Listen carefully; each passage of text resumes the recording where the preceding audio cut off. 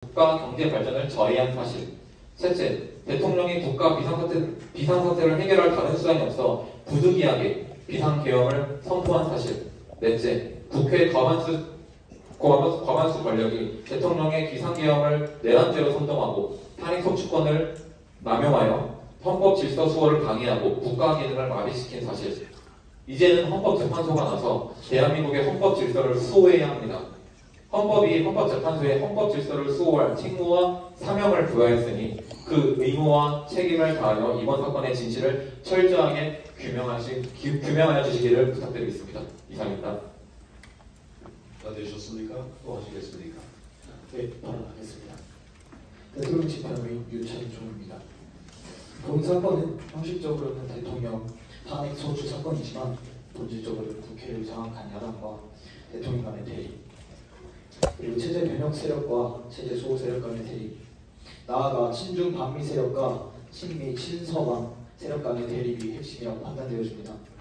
실제로 1차 탄핵 소추안에는 대통령의 외교 정책, 특히 친미, 친일 관계를 문제 삼는 조항이 포함되어 있으며 가치 외교란 미명하에 북한, 중국, 러시아 등 적대시한점을 핵심 탄핵 사유로 적시하였습니다. 이에 대해 미국과 서방에서도 강한 우려를 표명한 바가 있습니다. 또한 본 변호인은 대통령이 비상계엄을 선포한 주요 이유 중에 하나가 부정선거 의혹을 해결해야 한다는 강력적 요구에 부응하기 위한 것이라고 생각합니다. 부정선거에 대한 문제는 대통령이 직접 단정한 것이 아니라 수많은 증거로 인해 의혹이 제기된 사안입니다. 수사기관이 이에 대해 철저한 검증을 하지 않으며 국민의 신뢰가 심각하게 손상된 상황입니다. 특히 국정원에서 선거 시스템의 보안 취약성을 지적했음에도 불구하고 선거관리위원회는 이를 무시하고 부정 방지를 위한 위헌 조치를 취하지 않았습니다. 투표지 직인 문제의 경우 공직선거법에 따르면 투표관리관에게 개인 도장이 필요함에도 불구하고 선관위는 중앙선거관리위원회에 인쇄된 직인을 사용하는 방식을 고집하고 있습니다. 이는 부정선거 가능성을 증가시키는 요인입니다.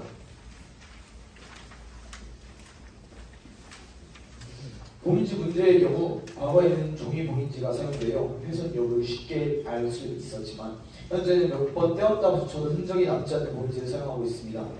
이는 투표와 조작 가능성을 높이는 문제로 작용하게 됩니다. 이러한 부정선거 의혹은 국가 주권이 잠식될 위험성을 내포하고 있으며 만약 대통령이 이를 문제 삼지 않았다면 조용히 묻히고 계속 확산되었을 것입니다. 대통령은 이런 상황에서 헌법의 수호자로서 구국의 심정으로 책무를 다하기 위한 행동을 한 것입니다. 헌법재판소는 과거 탄핵 심판에서 국회의 절차적 정당성을 중요하게 고려하였습니다. 그러나 이번 탄핵 소추는 앞서 김계성 대표님께서 말씀해 주신 것처럼 심각한 절차적 문제를 내포하고 있습니다. 뿐만 아니라 탄핵 소추권은 국회가 가진 헌법적 권한이지만 이를 남용할 경우 헌정 질서를 어지럽히고 국정을 마비시키는 등 위협을 초래하게 됩니다. 민주당은 이번 국회에서 총 22건의 탄핵 소추를 발의하였으며 대통령 탄핵까지 포함한다면 총 29건에 이릅니다. 이는 헌정사상 유례없는 사안이며 탄핵 소추가 정치적 도구로 악용되고 있음을 방증하는 것입니다. 국회는 대통령의 국정 운영을 반영하기 위해 필수적인 국가 예산을 대폭 삭감하였습니다. 국방 예산 삭감, 검찰 및 경찰의 특수활동 및 전액 삭감, 원전 및 산업성장 관련 예산 삭감 등 모두 국정 운영을 무력화시키려는 의도가 담겨 있습니다. 따라서 본 사건 탄핵 소추는 헌법과 법률이 정한 요건과 절차를 위반한 위헌적 행위로서 헌법재판소에서 각하 결정을 내려야만 합니다. 헌법재판소는 헌정 질서를 수호하는 최후의 보루입니다. 현명한 판단을 통해 국회의 권한 남용을 방지하고 대한민국의 법치주의를 지켜주시기를 간곡히 요청드립니다. 예, 수고하셨습니다. 지금까지 청구인 측, 또 피청구인 측의 의견을 들었는데 잠시 진행 상황을 좀 말씀드리죠. 이 법정에서는 정숙해야 되기 때문에 왔다 갔다 하거나 잡담을 하거나 졸거나 이래도 됩니까? 그런 점들 좀 주의해서 잘 집중해 주시기 바랍니다. 자, 그러면 우리 재판관님께서 질문 좀 있으신가요? 네, 그쪽이 좀 있으시죠? 네, 여러분 누가 우선 지금 피청구 측에 여쭙고 싶습니다. 지금 이제 부정선거 얘기를 하셨는데 사실상 가짜 국회라면 이 보호 가치 있는 국회인지 그런 부분에 대해서 좀 생각을 해보셨습니까? 다시 한번 말씀해 주시겠습니다. 만약 부정선거로 당선된 가짜 국회라면 보호 가치 있는 국회인지 그 부분에 대해서 생각을 해보셨습니까? 당연히 부정선거로 진행된 사건이라면 저희 국민들의 뜻이 제대로 반영이 되지 않았기 때문에 다시 투표를 해야 된다는 것이 맞다고 생각되어집니다. 그리고 그 정상적으로 작동하고 있다고 피청문이 얘기를 하셨는데 만약 부정선거 당선된 가짜 국회가 이렇게 예산을 깎고 탄핵 소추를 남발하면 그것이 과연 정상적인 부분인지 그 부분에 대한 부분도 명시적으로 적시가 안 돼 있어가지고 그 부분에 대해서 정리해서 말씀을 드리자면 네. 아까 말씀해 주셨다시피 부정선거로 이루어진 국회 같은 경우는 국민의 뜻이 제대로 반영되지 않았기 때문에 국회 해산을 다시 해서 재투표를 진행해야 된다고 생각되어집니다.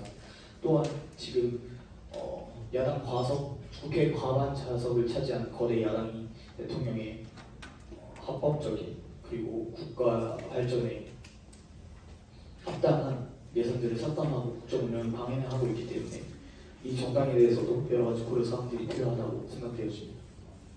그리고 그 충북 측에 올 1차에서 그 북중러 외교 문제에 적시하셨다가 빼셨잖아요.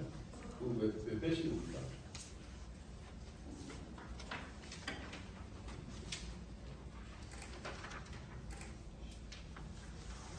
그 부분에 대해서는 민감한 사항이라고 생각돼서 뺐다고 말씀드릴 수 있을 것 같습니다. 요즘에 뭐 무슨 보수라고 얘기하고 그러던데 시간이 알겠습니다. 예, 그 준비기일에 제출된 서점을 확인하겠습니다. 예, 국회 쪽들이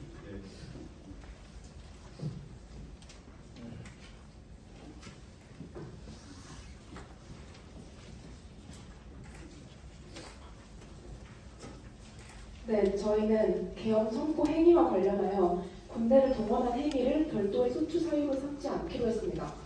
국회의원 및 정당 대표들에 대한 체포 지시는 국회 활동 방해 소추 사유에 포함하여 판단하도록 하겠습니다. 언론인 체포 지시는 포고령 관련 행위로 판단하는 것이 적절하다고 생각합니다. 법조인 체포 지시는 별도의 소추 사유로 주장하며 구체적인 헌법, 법률 위반 내용을 서면으로 제출하겠습니다. 중앙선거관리위원회 직원들에 대한 체포 구금 계획도 소추 사유에 포함할 것을 주장하며 이에 대한 의견을 서면으로 제출하겠습니다. 형법 위반 주장은 처리하고 헌법 위반 주장을 중심으로 탄핵 심판을 진행하겠습니다. 예, 잘 들었고요. 변론 방정과 또 쟁점에 관한 정리를 잠깐 하도록 하겠습니다. 우선 대통령 측 대의 그래.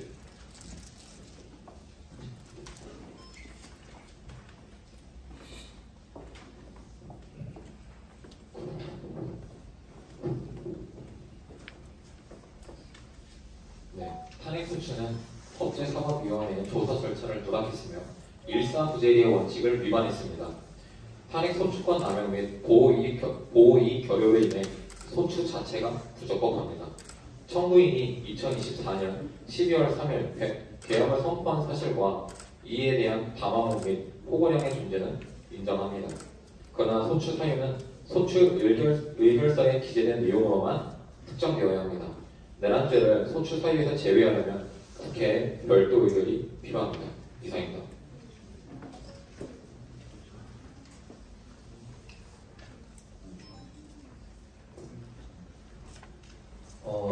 그러면 쟁점을 정리하도록 하겠습니다. 일단 청구인 측에서는 지난 2차 준비기일에서 내란죄 등 형법상 범죄 판단을 구하지 않는다는 입장을 정리했습니다. 2025년 1월 3일자 서면을 통해 최종 입장을 정리한 것으로 보입니다. 맞습니까? 네, 그렇습니다. 법조인 체포 지시는 사법권 독립과 법 취지 원칙을 위반한 것입니다. 헌법이 보장하는 법관의 신분 보장 규정도 침해되었으며 헌법 제12조에서 규정하는 영장주의도 위법했습니다. 피청구인 측은 탄핵 소추가 부적법하다는 입장을 유지하고 있습니까? 네, 탄핵 소추는 법제사법위원회의 조사 절차를 누락했으며 일사부재의 원칙을 위반했습니다. 계엄 선포 행위는 고도의 통치 행위로서 사법심사의 대상이 될 수 없습니다. 탄핵 소추의 의결 정복수를 순적하지 못할 수 있기 때문에 내란죄를 재의결 없이 소추 사유에서 제외하는 것은 부적법합니다. 그러면 내란죄 부분 처리에 대해서는 구체적인 서면으로 정리해 주시기 바랍니다. 그리고 청구인 측은 내란죄를 처리했음에도 소추서의 동일성을 위반할 수 있다는 사실을 인지하지 못했습니까? 네. 그 부분에 대해서는 국회 합의가 되기 때문에 문영국 재판관님이 처리를 하려고 하기 때문에 해주셔서.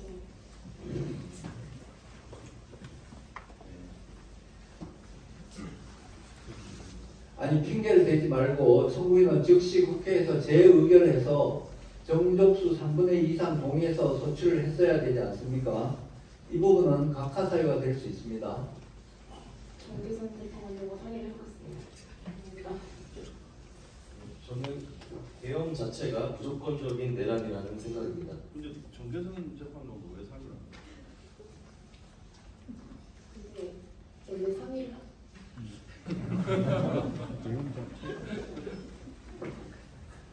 당사자하고 재판관이 현장에서 상의하는 것은 자제해 주시기 바랍니다. 네, 이상 쟁점 정리를 마치겠습니다. 그리고 여기 그 이석영들이 그 법조인 체포 지시가 아니라 국회의원 체포 지시죠?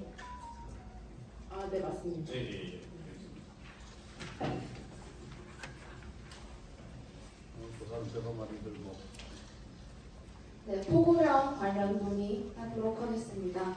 피청구인 측은 2025년 1월 14일자 답변서에서 포고령을 국방부 장관이 작성하고 피청구인이 일부 수정했다고 답변했습니다. 맞습니까? 네, 맞습니다. 다만 구체적인 내용은 당시 국방부 장관인 김영현 증인을 통해 신문 절차에서 밝히도록 하겠습니다. 피청구인 측은 포고령이 국회 및 지방의회 활동을 전면적으로 금지한 것이 아니라 반국가적 활동을 막기 위한 것이라고 주장했습니다. 여기서 말하는 반국가적 활동이 무엇인지 구체적으로 밝혀주시기 바랍니다. 국회의 정상적인 활동을 제한하려는 의도는 아니었습니다. 해당 내용을 정리하여서 서면으로 제출하도록 하겠습니다.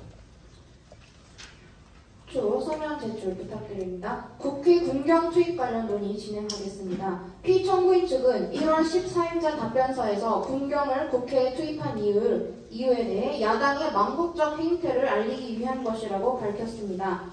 병력 투입과 야당의 행태를 알리는 것이 어떤 연관이 있는지 설명해 주시기 바랍니다. 군경을 투입한 것은 질서 유지를 위한 목적이었습니다.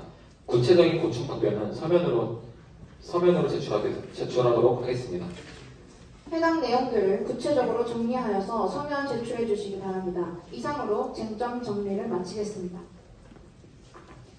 예, 수고들 하셨습니다. 그럼 이제부터 참고인 질문을 듣도록 하겠습니다. 지금부터는 사실에 입각해서 정확하게 얘기를 해주시기를 바랍니다. 증인 자리에서 일어나 주시기 바랍니다. 증인대 앞으로 나와 주시기 바랍니다. 김용헌 증인.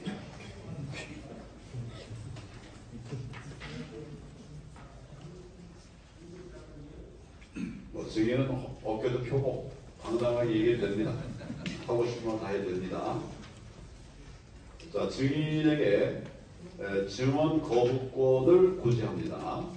본인의 증언으로 인해서 본인이나 친족이 형사소추를 받거나 또 유죄 판결을 받을 가능성이 있는 경우 이에 대한 증인의 증언을 거부할 수 있습니다. 또한 거짓 증언을 할 경우 위증죄로 처벌받을 수 있습니다. 이에 동의하십니까? 예, 동의합니다. 네, 그러면 순서를 진행해 주시기 바랍니다. 양심에 따라 숨김과 거침없이 사실 그대로 말하고 만일 거짓이 있으면 위증의 벌을 받기로 맹세합니다. 네, 좋습니다. 네, 그러면 증인 신문을 시작하겠습니다. 대통령 측 대리인은 신문을 해주시기 바랍니다.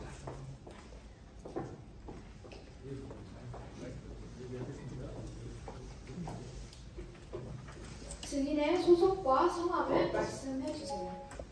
저는 계엄 당시 국방부 장관 김영환입니다. 증인은 대통령님께 대통령의 헌법상 권한인 비상계엄의 형식을 들려 국가 비상사태를 주권자인 국민에게 알리기 위해 계엄을 건의하신 적이 있으십니까? 네, 맞습니다. 대통령님께서는 헌정상 이렇게 많은 불법적인 탄핵 시도가 이루어진 적이 없었고 자기에게 불리한 수사나 판결을 내리는 감사원장, 판사, 검사들을 탄핵한 것에 대해 개탄스러우시다고 말씀하셨습니다.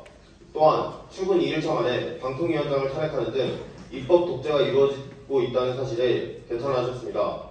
또한 국민의 필수 생계와 관련된 원전, 대왕거래 시추, 아이 돌봄 예산 등을 이유 없이 삭감하는 것을 보고 거대 야당의 폭주를 막기 위한 견제 수단을 강구하셨습니다. 또한 여러 가지 부정선거의 정황이 드러나고 있는 상태이고 이러한 상황은 자유민주주의의 근간을 흔들 수 있는 위급한 상황이기 때문에 부득이하게 제가 비상계엄을 대통령님께 건의드렸습니다. 계엄 지시를 준비하라는 대통령님의 지시에 증인은 비상계엄에 필요한 준비를 하셨죠? 네, 그렇습니다. 그렇다면 증인은 현재 국가의 상황이 국가 비상사태라고 생각하십니까? 네, 맞습니다. 앞서 말씀드린 대내적인 입법 독재 상황뿐만이 아니라 대외적으로 2024년 9월에 44년 만에 중국이 태평양 방향으로 ICBM 미사일을 발사하였고 이어서 러시아와 역사상 가장 큰 규모로 동해에서 해상연합훈련을 진행하였습니다. 또한 10월에는 북한의 김정은이 러시아의 북한군을 파병하였고 11월에는 북한의 군장성들을 모아 세계 3차 대전이 임박했으니 전쟁을 준비하라고 말하였습니다. 현재 대한민국의 드론전에 대비할 수 있는 드론 예산과 전선에서 싸울 초급 장교 복지 예산 그리고 북한 미사일의 발설 킬체인 예산, 방어체계 예산, 응징 보복 시스템 예산이 모두 삭감된 상황입니다. 저는 군 전문가로서 지금이야말로 가장 위험한 국가 비상상태라고 생각하였습니다. 다음으로 국무회의에 대해 질문하겠습니다. 소추인 측에서 비상계엄 선포 당일 비상계엄 안건이 의안으로 제출되지 않았고 대통령의 독단적인 통보만 있었을 뿐이라고 했는데 사실입니까? 그렇지 않습니다. 비상계엄 선포문은 제가 참가했던 모든 국무위원회들께 직접 배포하였고 1시간 반 이상 심의하였습니다. 따라서 국무회의에서 충분히 비상계엄에 대한 논의가 이루어졌습니다. 그렇다면 계엄 선포 전 국무회의에서 의사 정족수인 11명이 모였고 적법하게 국무회의의 심의를 통해 계엄을 선포하시는 것 맞을까요? 네, 그렇습니다. 물론 일부 국무원 위원님들께서 계엄에 대해 부정적인 입장을 표현하셨지만 국무회의는 심의기관이기 때문에 대통령님은 국무회의의 의결에 따를 필요가 없습니다. 충분한 심의를 거쳐 계엄이 선포되었다는 것을 분명하게 말씀드릴 수 있습니다. 비상계엄은 매우 전격적이고 보안이 필수적인 상황이라 배포에 대해서는 국무회의 규정 제3조 제4항 및 제5항에 따라 긴급한 의안이므로 당일에 배포하신 것이 맞을까요? 네, 그렇습니다.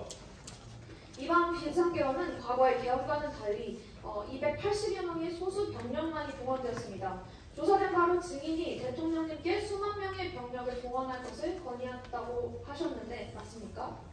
네, 맞습니다. 대통령님께서는 저에게 아주 짧게 그리고 반국가 세력에게 경고하는 차원에서 계엄을 하는 것이기 때문에 소수 병력만을 동원할 것을 지시하셨습니다.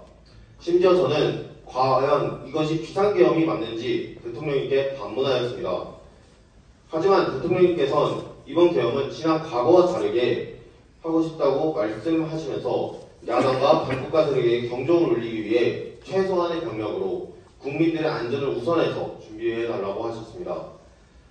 그래서 실제로 국회에 투입된 병사들은 실탄을 소지하지 않았습니다. 증인의 증언을 통해 이번 비상계엄이 국민들에게 국가 비상사태를 알리기 위한 수단으로서 계몽령이었다는 사실을 알 수 있습니다. 이상입니다. 네, 수고하셨는데요. 답할 게 있습니까? 답 있으시나요? 없습니다. 아까 우리 변호인 질문 중에 과거의 계엄과는 달리 들어가시죠. 좋습니다. 그래? 또 있어요? 그래 또 있네.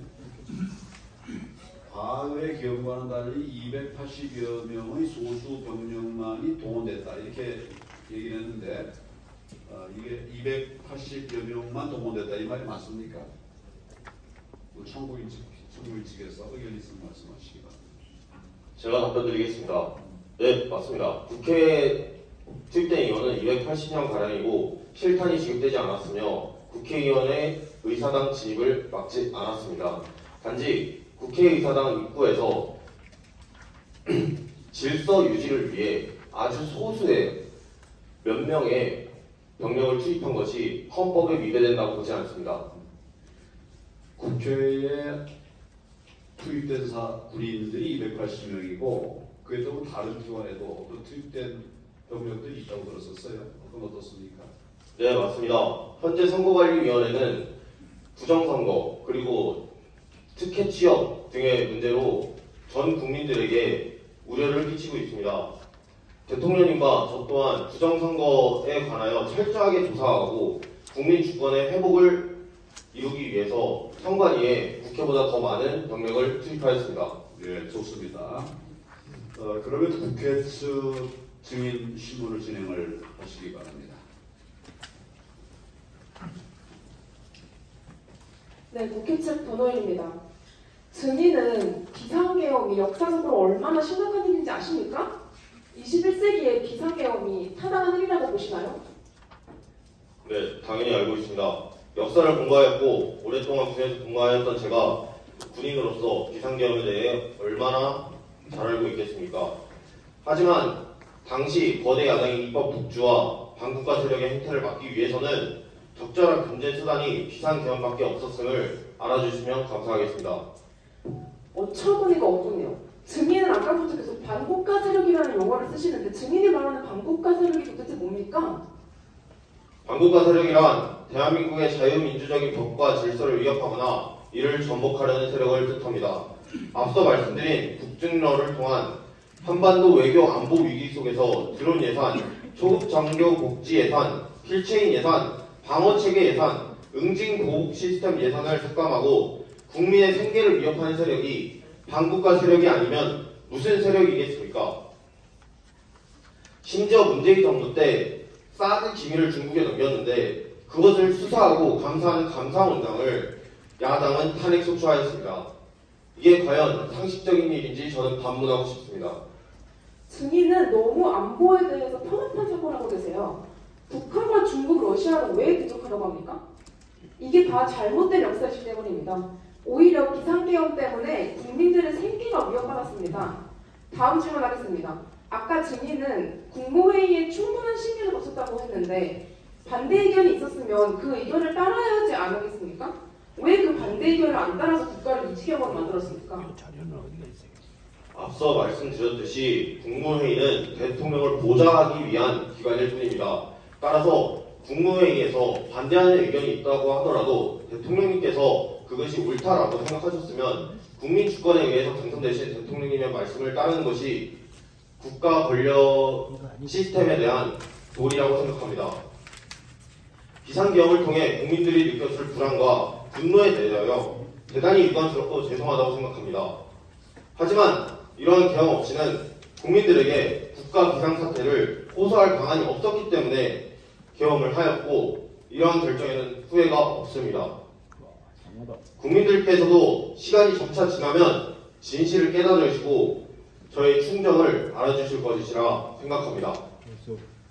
네, 존경하는 재판관님, 증인의 진술에서 알다시피 증인은 지난 불법적인 계엄에 대해 반성의 의지도 없고 오히려 계몽령이라고 하며 본인들의 내란 행위 시도를 정당화하고 있습니다. 이상입니다. 예. 참고로 반성해야 됩니까? 네, 반성해야 되지 않겠습니까? 김영원 선생님, 탄핵 소추 29번 한 역사적 사례와 비상계엄 사례 중에 어떤 것이 훨씬 더 많습니까? 비상계엄 사례가 압도적으로 많다고 생각합니다. 탄핵 29번은 대한민국 헌법 제1조 1항에 적혀있는 대한민국 민주공화국이라는 정신을 위배한 것이라고 생각합니다. 공화국은 행정부, 입법부, 사법부가 적절하게 견제하며 권력을 집중시키지 않고 국민들이 자유롭게 살아갈 수 있는 환경을 말합니다. 하지만 국회는 입법 독주를 일으켜 공화국의 기본 정신을 파괴하였고 그러한 정신을 다시 일으키기 위해서 저희는 계엄을 하였습니다. 그 선거 연수원에 계엄국 보내셨죠? 네, 맞습니다. 그 왜 보낸 겁니까? 현재 중앙선거관리위원회는 지방선거관리위원회뿐만이 아니라 중앙선거관리위원회에서도 지역특혜 논란이 일어나고 있습니다. 선거연수원에는 현재 중국인 간첩들이 선거연수원에 머무르면서 한국의 선거 시스템을 농락하고 있다고 판단하여 확인차 군을 진입시켰습니다. 보고를 받으신 적이 있습니까? 아직 정확하게 보고를 받은 적은 없습니다. 제가 계엄 이후에 사실상 직무가 정지되었기 때문에 정확한 보고를 받지는 못하였습니다. 노상원 전 정보사령관 진술 교서를 보면은 다 진술 거부권을 행사하고 있더라고요. 혹시 김용현 증인은 알고 있는 바가 있습니까? 노상원 전 사령관에 대해서 저는 그분이 진술 거부권을 행사하는 것에 대해서 저는 정보가 없습니다. 네,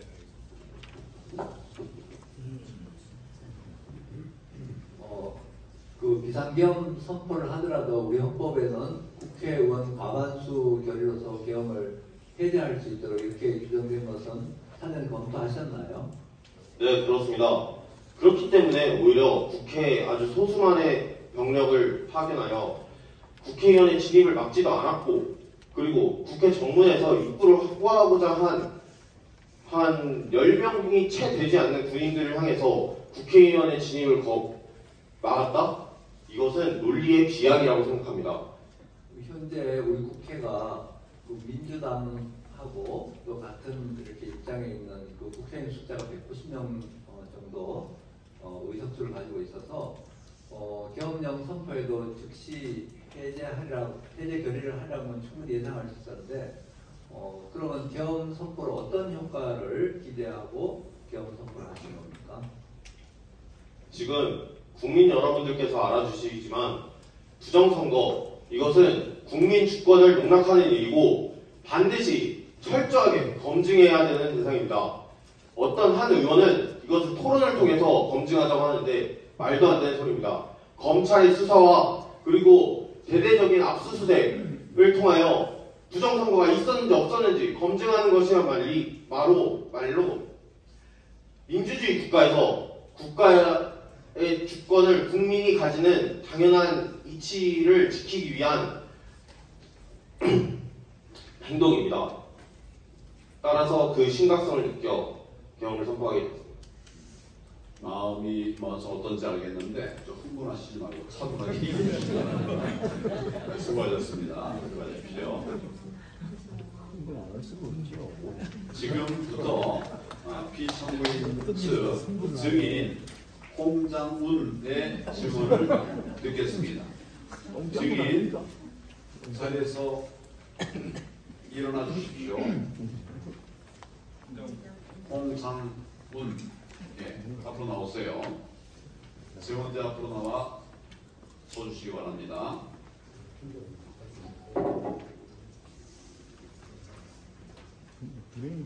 증인에게는 증언 거부권이 있습니다. 증언 거부권을 고지합니다.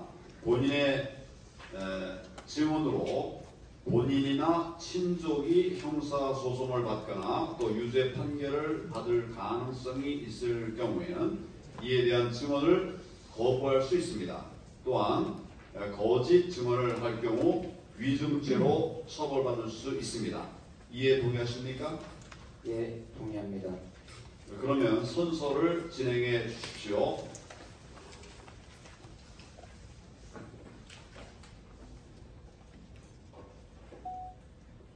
선서, 양심에 따라 숨김과 보탬이 없이 사실 그대로 말하고 만일 거짓이 있으면 위증의 벌을 받기로 맹세합니다.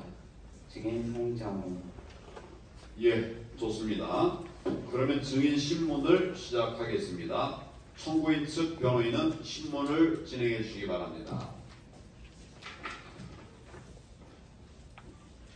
증인, 개헌 당일 대통령으로부터 국회의원 및 정치인에 대한 체포 지시를 받은 사실이 있습니까? 네, 있습니다. 개헌 당일 23시 으뜸경 대통령으로부터 직접 체포 지시를 받았고 공간 앞 어두운 공터에서 메모지를 꺼내 급히 메모했습니다. 그러니까 12월 3일 대통령한테 직접 체포 지시를 받아서 공간 앞 어두운 공터에서 메모를 하셨다는 얘기이시군요. 공터가 아니라 사무실에서 작성했던 것 같습니다. 증인은 개헌 당일 체포 지시를 받기 전에 무엇을 하고 계셨습니까? 청담동 계몽원에서 오랜만에 음주를 하고 있었습니다. 증인, 그걸 솔직하게 말하실 필요는 없으셨을 텐데요. 이게 아닌가요? 사실 증인 신문을 마치겠습니다. 네, 그럼 피청구인 측 증인 신문하시죠.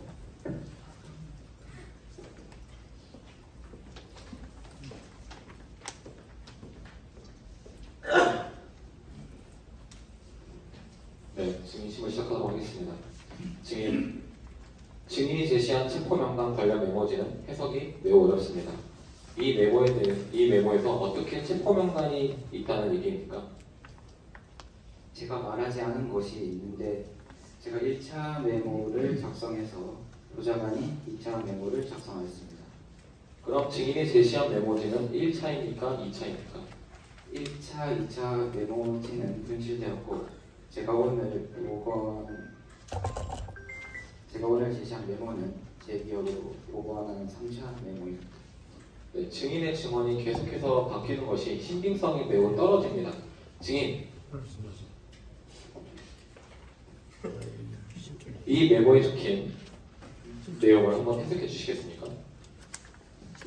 한동훈, 이재명, 우원식, 김어준 체포라고 적혀 있습니다. 방금 제가 드린 메모는 제가 방금 전에 제가 임의로 작성한 메모입니다. 아, 그렇습니까?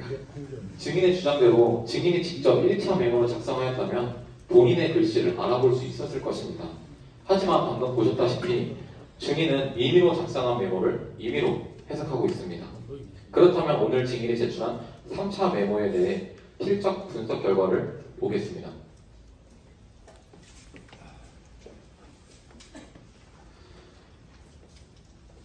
여기 보시면 개헌 문건 작성자의 필적이 박선원 의원의 필적과 일치하는 것으로 나타났습니다.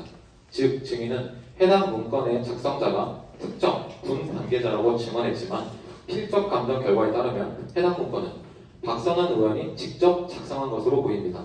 이에 대해 어떻게 생각하십니까? 그럴 리가 없습니다. 제가 직접 작성했습니다. 제가 의도적으로 증거를 조작하지 않았음을 다시 한번 밝힙니다. 필적 감정 결과와 증인의 주장 중 어떤 것이 더 신빙성이 있겠습니까? 증인은 아실 거라 생각합니다. 저는 법정에서 최대한 정확한 답변을 하기 위해 노력했으며 만약 착오가 있었을 경우 그것은 저의 의도가 아닙니다.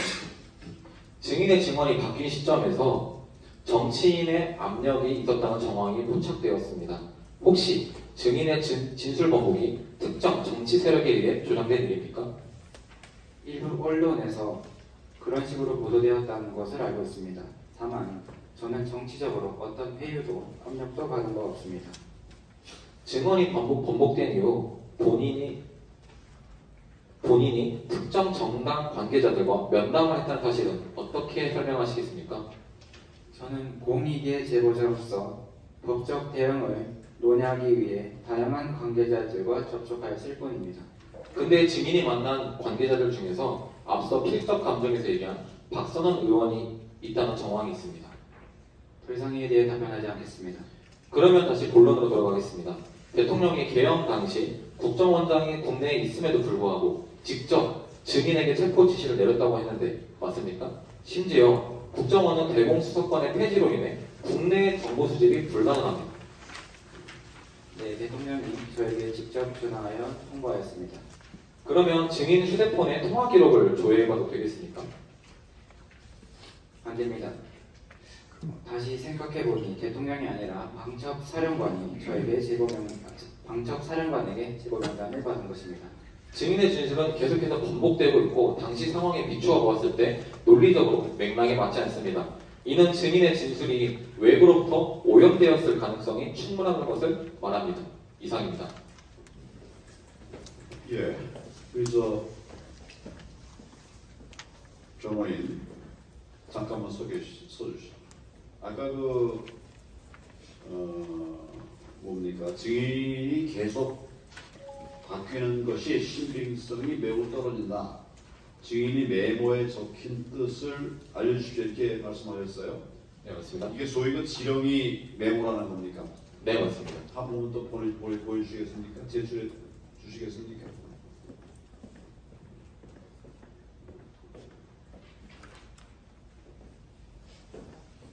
좀 작은 지령이네요. 네, 맞습니다.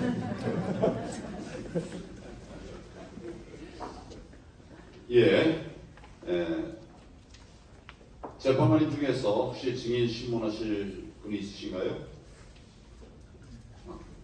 그 국정원이 체포권이 있습니까? 네, 정치. 저기 체포권 없는 걸로 알고 있습니다. 네. 그리고 승부권 작성하신 거죠? 약간의 음주가 있었다고 생각합니다. 알겠습니다. 예, 들어가셔도 좋습니다.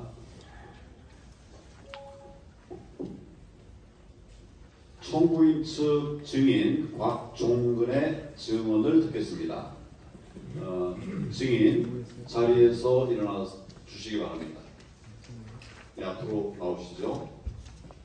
증언대 앞에 서 주시기 바랍니다. 증인에게 증언 거부권을 고지합니다. 본인의 증언으로 본인이나 친족이 형사소출을 받거나 유죄 판결을 받을 가능성이 있는 경우에는 이에 대한 증언을 거부할 수 있습니다. 또한 거짓 증언을 할 경우 위증죄로 처벌받을 수 있습니다. 이해 동의하십니까? 예, 동의합니다. 예, 그러면 선서를 진행해 주십시오. 선서, 양심에 따라 숨김과 보탬 없이 사실 그대로 증언할 것이며 만일 거짓 증언을 할 경우에 위증의 벌을 받을 것을 서약합니다. 곽종군 선서. 네, 좋습니다. 그러면 증인 신문을 시작하겠습니다. 청구인 측 대리인은 신문을 해주시기 바랍니다. 먼저 증인이 조사받은 내용에 대해 확인하겠습니다. 갑 제2호 증의 6은 2024년 12월 9일 증인이 검찰에서 조사받았던 진술조서입니다. 이 문서는 본인이 서명한 것이 맞습니까? 네, 그렇습니다. 또한 갑 제43호 증은 증인이 제출한 자수서이고 갑 제45호 증의 28은 2024년 12월 31일자 증인의 검찰 진술조서 그리고 갑 제45호 증의 29는 2025년 1월 3일자 증인의 검찰 진술조서입니다. 이 문서들도 증인이 서명한 것이 맞습니까? 네, 맞습니다. 증인은 2024년 12월 9일, 12월 31일, 그리고 2025년 1월 3일 서울중앙지방검찰청 615 검사실에서 참고인 조사를 받았고 조사 내용이 조서에 그대로 기재되었음을 확인한 후 서명 날리는 것이 맞습니까? 네, 맞습니다. 이제 준비된 질문을 드리겠습니다. 편하게 답변해 주시면 됩니다. 증인은 2024년 12월 10일 국회 국방위원회 긴급 현안 질의에 참석하셨죠? 네, 그렇습니다. 그 자리에서 증인은 되돌아보면 초기의 명령을 수행할 때 거부하지 못한 것이 후회스럽다고 발언하셨죠? 네, 맞습니다. 또한 이번 비상사태는 계엄을 선포할 만한 상황과 조건이 아니었고 개인적으로도 발생해서는 안 될 상황이었다고 생각한다라고 말씀하셨죠? 네, 맞습니다. 오늘 헌법재판소에서 증언하는 지금도 같은 생각이십니까? 네, 변함이 없습니다. 2024년 12월 1일 오후에 김용헌 전 국방부 장관으로부터 전국이 혼란하여 계엄 상황이 있을지 모르니 비상 상황에 대비하라. 계엄 상황이 발생하면 국회, 중앙선거관리위원회, 과천청사, 관악청사, 수원선거연수원, 민주당사, 여론조사 기관 등의 특수전 부대를 투입하여 시설을 확보하라는 지시를 받았습니까? 네, 그렇습니다. 그 지시에 따라 증인이 직접 출동 계획을 기록한 것이 맞습니까? 그 당시에는 기록하지 않았고 머릿속으로 구상만 했습니다. 기록한 것은 12월 3일이며 머릿속에 지역별 부대 배치를 정리한 후 수첩에 적었습니다. 그 수첩은 압수수색 당시 제출되었습니까? 네, 작은 파란색 수첩으로 압수되었습니다.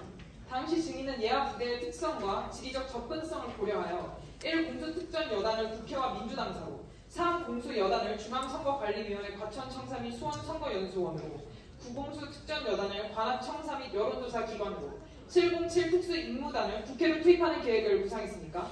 네, 그렇게 구상했습니다.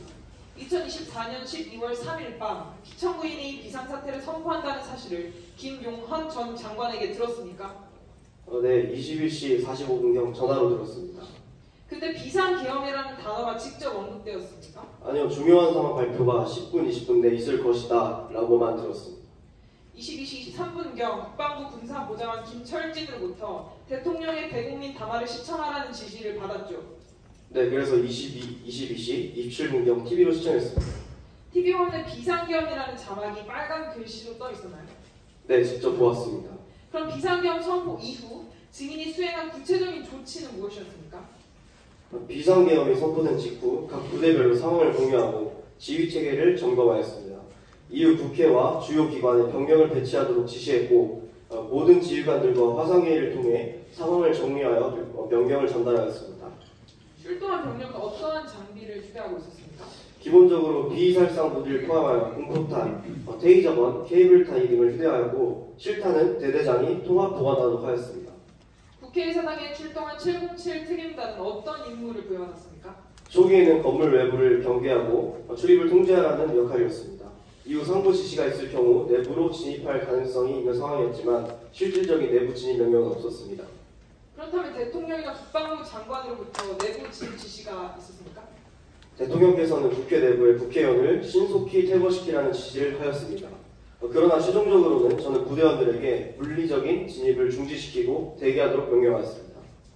비상계엄 해제 이후 병력 철수 과정은 어떻게 진행되었습니까? 비상계엄 해제가 공식 발표되자마자 모든 부대에 철수 명령을 전달하였고 순차적으로 부대 복귀가 이루어졌습니다. 네, 감사합니다. 예. 지금 답변하시는 걸 보니까 계속 무슨 자료를 보고 하시던데 본인의 기억에 의해서 하는 겁니까? 뭘 보고 하는 겁니까? 누군가 전달해줬습니다. 자, 그러면 대통령 측 증인 질문이 계속 이어지겠습니다.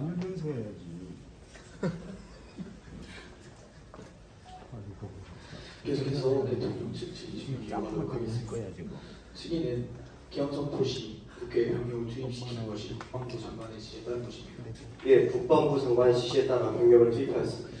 그렇다면 증인의 병력 투입 지시는 상단의 명령에 따른 적법한 것입니다. 12월 3일 당시 병력 투입 지시에 관련된 것은 그때 당시에 제가 죄송합니다. 시간이 조금 부족해서요. 상관의 지시에 의해 투입된 것은 맞습니다. 하지만 제가 그 당시 적법성 여부를 평가할 경험이 없었습니다. 지난번에도 말씀드렸듯이 투입 자체는 잘못되었다고 생각합니다. 예, 알겠습니다. 증인은 예하 부대를 국회에 출동시킨 과정에서 무력을 행사하거나 민간인에게 피해 입힌 사항이 있겠습니까? 예, 지시하지 않았습니다. 오히려 부대를 투입할 때 절대 사람이 다치지 않게 하도록 하였습니다. 출동 당시 상황에 대해 질문하겠습니다. 증인은 계엄 선포 확인 후 707 부대에 출동 지시를 내린 시간이 정확하게 몇 시경입니까? 707 부대에 출동 지시를 내린 것이 22시 30분인가 31분경입니다. 당시 출동했던 부대가 전체가 아니라 일부 병력이 출동한 것이 맞습니까? 예, 초기 출동했던 부대는 전체 병력이 아니라 2개 지역대 약 96명 정도였습니다. 그러면 출동 당시 707 부대는 어떤 임무를 부여받았습니까? 최초 임무는 국회의사당 시설을 확보하고 인원을 통제하는 것이었습니다. 그렇다면 12월 3일 국회 진입 당시 증인과 부대원들은 큰 뜻을 가지고 거사를 벌이겠다는 결심을 했던 것은 아닙니까? 아닙니다. 저희는 국회를 점령하라는 지시를 받은 것이 아니라 외곽 시설을 확보하고 경계하라는 임무만 부여받았습니다. 그 이후의 상황에서는 구체적으로 인식하지 못하였습니다. 그러면 증인이 말하는 국회 이사는 확보라는 것은 정확하게 어떤 것을 의미합니까? 국회를 확보하라는 것은 국회로 병력을 이동시켜서 통제권 안에 두라는 것이고, 인원을 통제하라는 것은 국회의원 및 보좌관 등 관계자 외 출입을 제한하라는 것입니다. 경계하라는 것은 적대 세력으로부터 국회의 안전을 지키라는 의미입니다.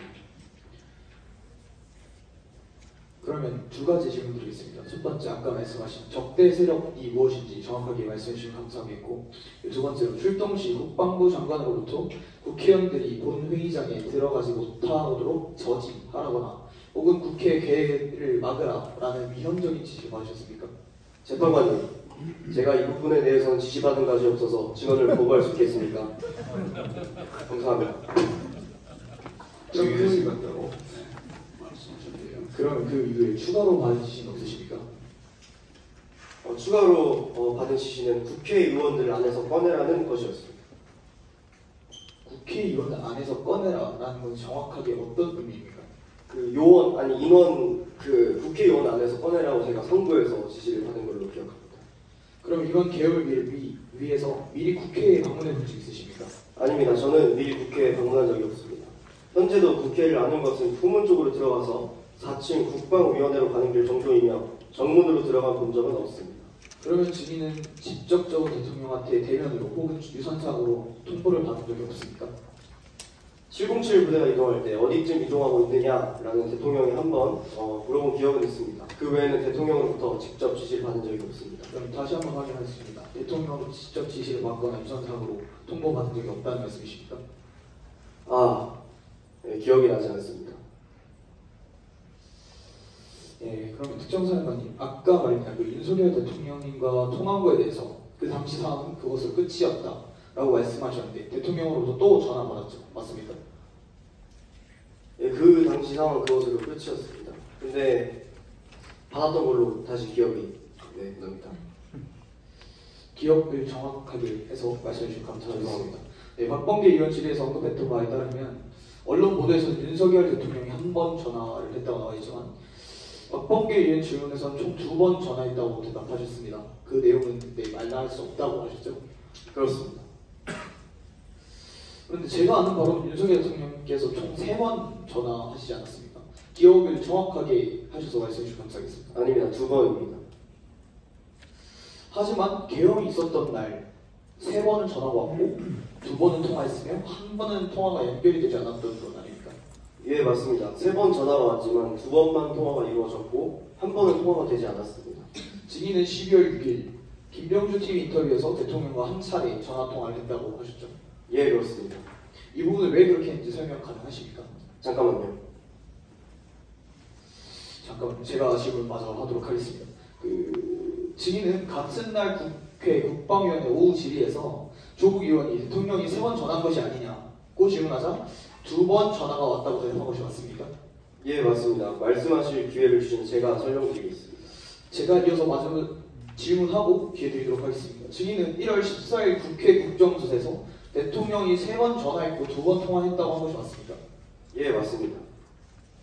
그렇다면 지금 여태까지 증인의 진술을 쭉 정리해보면 1번 받았다, 2번 통화했다, 3번 왔다가 2번 통화했다 이렇게 바뀐 것이 맞습니다. 진술이 바뀐 것이 아니라 제가 왜 그렇게 답변했는지 설명을 드려야 그러면 다음 질문하겠습니다. 증인 2월 4일 국회 질의에서 요원을 빼내라고 한 것도 대통령이 지시한 것이고 국회의원을 끌어내라고 한 것도 대통령이 지시한 것이라고 말했죠. 그러면 즉 대통령으로부터 한 번 더 전화를 받은 것처럼 답변하시죠? 기억나십니까? 저에게 답변할 기회를 주시면 예, 아니요로만 답변해 주시면 감사하겠습니다. 증인 그렇게 진술했습니까? 안 했습니까?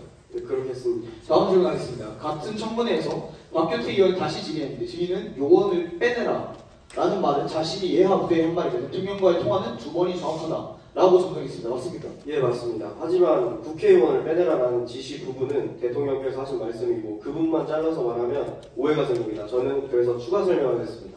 다음 질문 그럼 하겠습니다. 증인이 대통령과의 첫 번째 통화에서 대통령이 부대 위치를 물었었고 증인이 이동 중이라고 하자 대통령이 알았다가 전화를 끊었다고 하셨죠.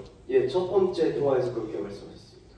다시 한번 짚고 넘어가겠습니다. 대통령께서 문을 부수고 들어가서 끌어내라라고 명령한 것이 맞습니까? 예, 주의 명령을 그렇게 받았습니다.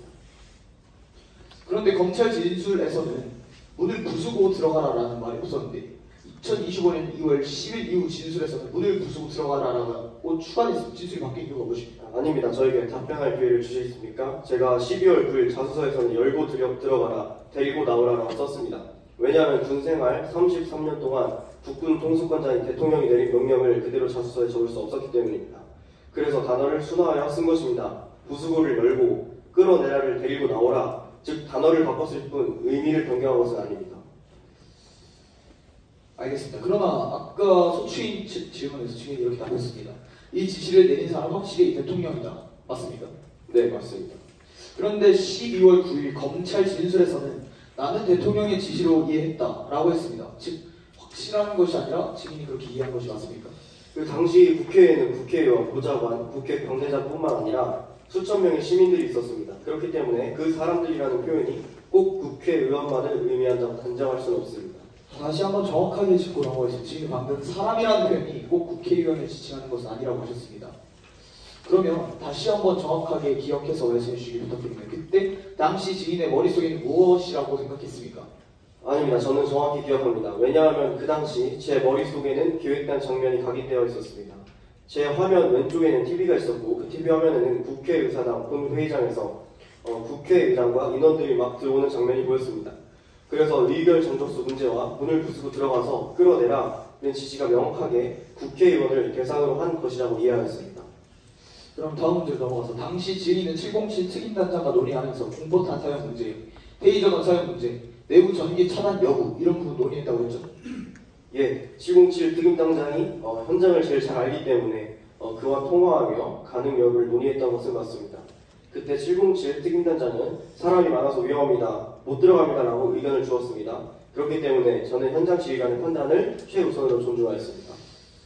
그렇다면 추가 질문하도록 하겠습니다. 대통령이 문을 부수고 들어가서 끌어내라 라고 지시했지만 지금 늘상 말했듯이 그 지시는 부당한 지시였고 나는 받아들이지 않았다라고 말하시는 게 맞습니까? 예, 지금도 그렇게 생각합니다. 그리고 그 당시에도 그렇게 생각했습니다. 그러면 통상의 군인이란 대통령의 지시가 이행 불가능한 상황이라면 대통령께서 이런 지시를 하신 것은 따를 수 없습니다 라고 보고하는 것이 기본적인 절차라고 생각이 되어지는데 왜 그렇게 하지 않았는지 말씀해 주실 수 있으십니까? 그것을 묵살했다라고 표현하는 것은 동의할 수 없습니다.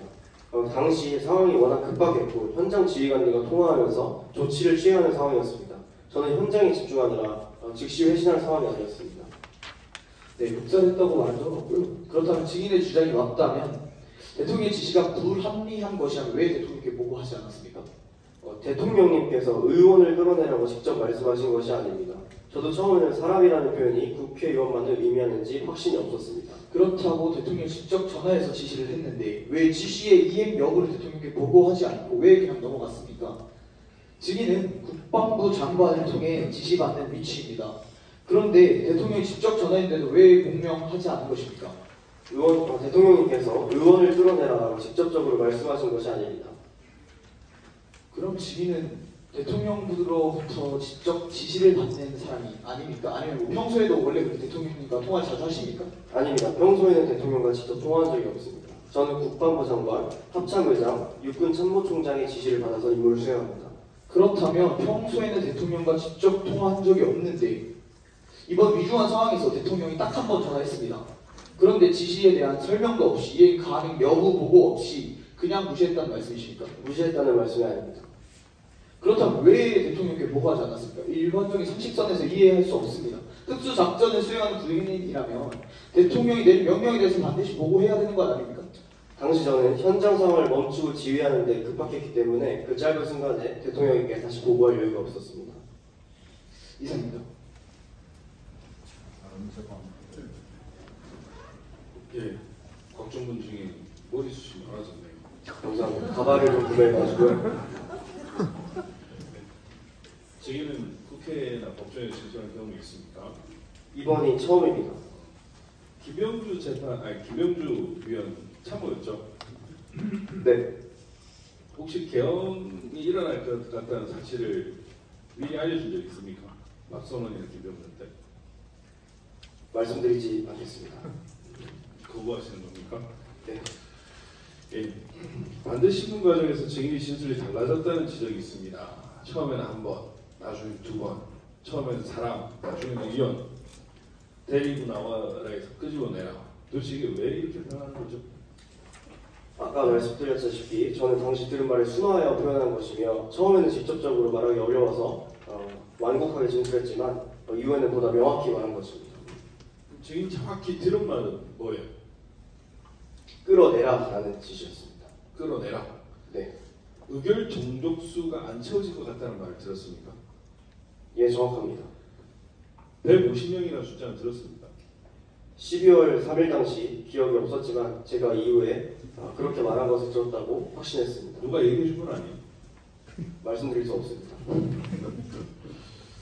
네. 그럼 증인이 기억 속에 150명이라는 말이 없었던 거죠?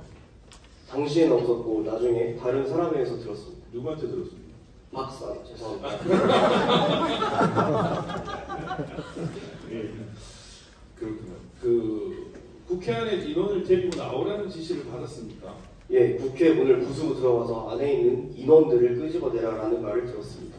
그 의원이라는 단어 사용되지 않지 않아요? 의원이라는 말은 사용되지 않았고 인원이라고 표현되었습니다.